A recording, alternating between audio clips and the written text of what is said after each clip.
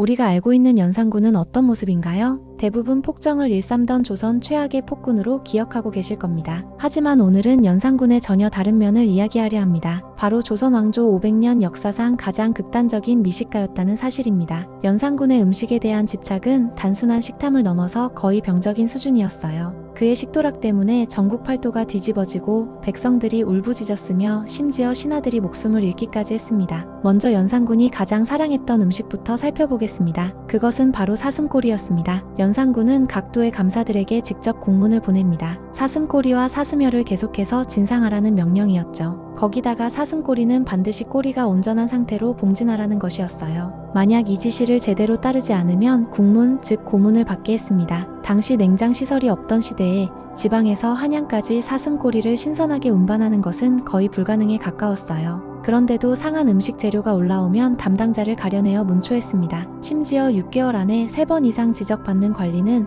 아무리 평소 인사 고과가 좋아도 바로 파면시켰죠. 29세의 연산군은 승정원에 앞으로 모든 연회에 항상 소고기를 사용하라고 지시를 내립니다. 이때부터 매일 10여 마리의 소가 도축되어 수레에 실려 궁궐로 들어왔어요. 연산군은 소고기 중에서도 특히 소태, 즉 소의 태아를 즐겨 먹었습니다. 그래서 배가 부른 소는 무조건 잡아들여서 도축했어요. 그런데 문제는 그렇게 잡은 소들 중에 태가 없는 경우도 많았다는 겁니다. 왕의 입맛을 맞추려다 보니 무분별하게 소를 도축한 거죠. 이 때문에 백성들의 피해는 상상을 초월했습니다. 수레를 끌고 가거나 짐을 나르던 소들이 길가에서 관원들에게 강탈당하는 일이 빈번했어요. 실록에는 백성들이 모두 부르짖으며 통곡했다고 기록되어 있습니다. 연산군의 음식 집착은 때로 살인까지 불러왔습니다. 연산군이 중국에서 나는 수박을 먹고 싶다고 했는데 사헌부 고위 관리였던 김천령이 강력하게 반대했어요. 먼 곳에 기이한 물건을 억지로 가져오는 것은 옳지 않으며 오는 길이 몇 개월 걸리니 반드시 상할 것입니다. 김천령의 말은 지극히 상식적이고 합리적이었습니다. 이에 앙심을 품은 연산군은 김천령이 죽은 지 1년이 지난 후에 무덤을 파서 시체의 목을 베는 부관참시를 명령한 거예요. 수박 한 개 때문에 죽은 사람을 2번 죽인 셈입니다. 연산군은 과일 사랑도 극단적이었습니다. 여름이면 수정포도라고 불리던 청포도를 얼음을 깔아놓은 쟁반에 올려 시원하게 즐겨 먹었어요. 16세기에 얼음 위에 과일을 올려 먹었다니 정말 호사스러운 식습관이었죠. 또한 키위와 비슷한 다래도 좋아해서 넝쿨째 뽑아서 바치라고 명령했습니다. 연산군은 또 제주 목사에게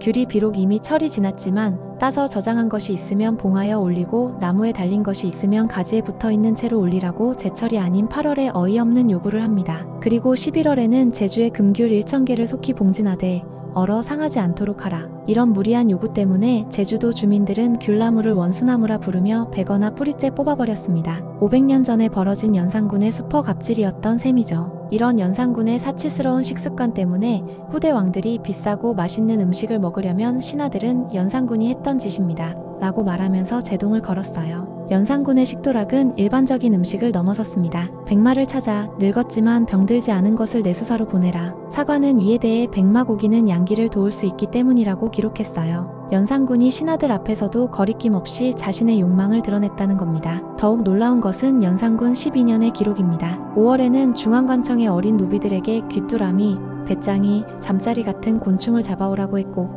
8월에는 어린 노비들에게 두꺼비를 잡아오라고 명령했습니다. 당시 기록에는 광주리를 든 남자 노비들이 거리 곳곳에 퍼져서 두꺼비를 잡는 광경이 펼쳐졌다고 해요. 연산군은 심지어 곤충 채집을 위해 회동습역소라는 관청까지 설립하고 어린아이들을 동원해서 곤충을 채집하게 했습니다. 이런 모습을 통해 음식에 대한 집착이 단순한 식탐을 넘어 강박적인 수준이었다는 걸 알 수 있습니다. 연산군은 음식 재료의 보관과 관리에도 직접 개입했습니다. 왕실 주방을 관할하는 사홍원의 교지를 내려서 음식 재료의 맛과 색깔을 잘 살펴보라고 했어요. 나쁜 것이 생기면 담당자를 가려내서 문초하라고 했죠. 그리고 6개월 안에 3차례 이상 지적받는 자가 있으면 이전 인사고과가 아무리 좋더라도 파면시키라고 했습니다. 왕실에 올리는 음식 재료 하나 때문에 벼슬자리가 왔다 갔다 했던 겁니다. 이는 현대의 비행기 1등석 마카다미아 서비스 매뉴얼보다도 훨씬 더 까다로운 기준이었어요. 그런데 연산군에게도 의외의 면이 있었습니다. 방탕한 여색 행적 때문에 잘 알려지지 않았지만